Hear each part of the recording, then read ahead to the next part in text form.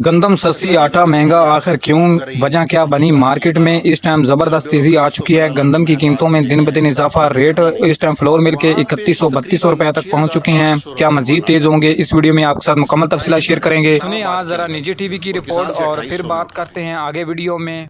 سرکاری ادارہ ہے نا NARC، زرعی تحقیقاتی ادارہ، جہاں بیوروکریٹس کو کنالوں کے محلات دیے گئے ہیں، ریسرچ تو انہیں کرنی نہیں، وہاں پہ تقریباً 6800 روپے من آٹا مل رہا ہے سرکاری ادارے سے اسلام آباد کے اندر، اور کسان سے 2800 میں اٹھا رہے ہیں۔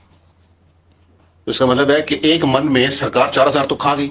سرکاری ادارہ کھا گیا۔ خان صاحب کوئی اور ادارہ کھائے تو چلو یہ پرائیویٹ تھا، سرکاری ادارہ، زرعی تحقیقاتی ادارہ ایک من پہ کسان سے 28 کا لے کے یہاں 68 کا بیچ رہا ہے۔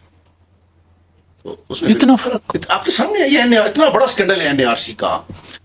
اچھا کو کچھ سکنڈل کے لفظ کی ویلیو نہیں رہی، ویلیو اس لیے اتنے سکنڈل ہو گئے، اتنے سکنڈل ہو گئے۔ اور ویسے بھی زراعت کو تو ہمارے آپ اگر اراکین پارلیمان کا کبھی پروفائل دیکھیں نا خان صاحب، بڑا مزے کا ہے۔ اکثر کا بیک گراؤنڈ ہماری طرح کا دیہاتی ہے، لیکن ان کے جو ایریاز آف انٹرسٹ ہے اس میں کسی نے زراعت اور کہ بالکل قریب پہنچ چکی تھی، جس کی وجوہات بے شمار ہیں، میں اس میں نہیں جانا چاہتا۔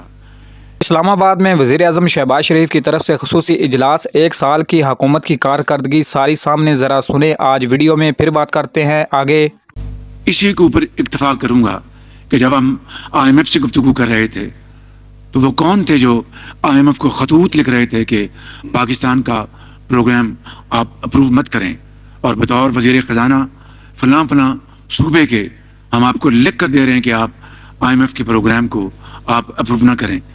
میرے بھائیوں اور بہنوں، اس سے بڑی ملک دشمنی اور کوئی ہو نہیں سکتی۔ بہرکیف آج الحمدللہ نہ صرف ہم ڈیفالٹ سے نکل آئے ہیں، بلکہ آج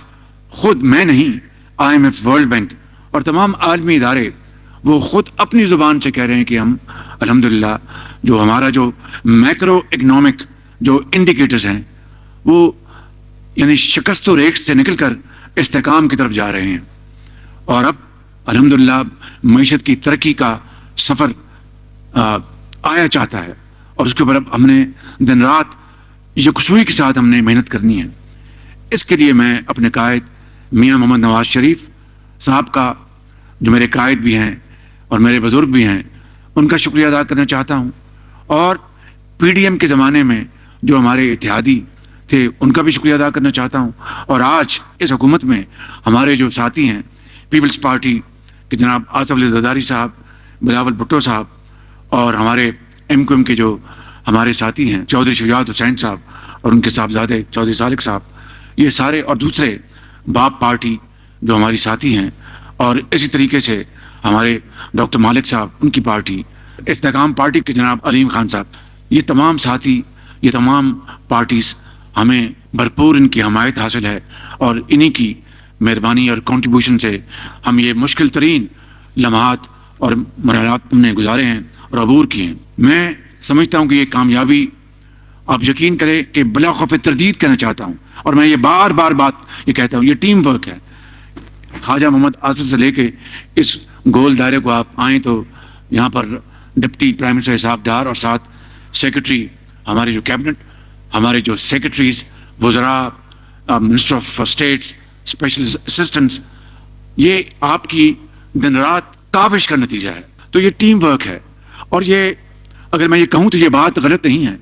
کہ تاریخ میں پہلی مرتبہ یکسوئی کے ساتھ، یہ نہیں میں کہتا کہ ماضی میں اس طرح نہیں تھا، لیکن یکسوئی کے ساتھ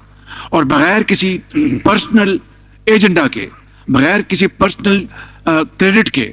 آج ادارے بھرپور طور پر ہم یعنی جسے کہتے ہیں کہ ایک ہی کشتی کے اب تو چاروں طرف ایک ہی آواز آ رہی ہے، سندھ، بلوچستان، گلگت، پنجاب، گندم کے حوالے سے اچھی خبریں، بری خبریں۔ پنجاب میں کسان بھائیوں کو بے صبری سے انتظار ہے کہ نئے گندم کے ریٹ کہاں سے سٹارٹ ہوں گے اور کہاں تک جا سکتے ہیں۔ کیا گندم کی مارکیٹ 3500-4000 تک جا سکتی ہے، یا ریٹ وہیں رہیں گے پچھلے سال کی طرح، جیسا کہ سال 2023 سے سٹارٹ ہوا اور سال 2025 بھی شروع ہو چکا ہے؟ زرعی اجناس میں کافی زیادہ اتھل پتھل رہی، ریٹ میں اضافہ بھی اور کمی بھی دیکھی گئی، کیونکہ ہر طرف ایک ہی آواز ہے کہ گندم کے ریٹ کم از کم 3500-4000 ہونے چاہیے، کسانوں کی یہ آواز ہے، جبکہ عام آدمی جو کہ ایک ذمہ داری سے تعلق نہ رکھتا ہو، اس کے مطابق گندم کی قیمت 1800-2200 روپے ہونی چاہیے۔ گندم کا فیصلہ ابھی باقی ہے۔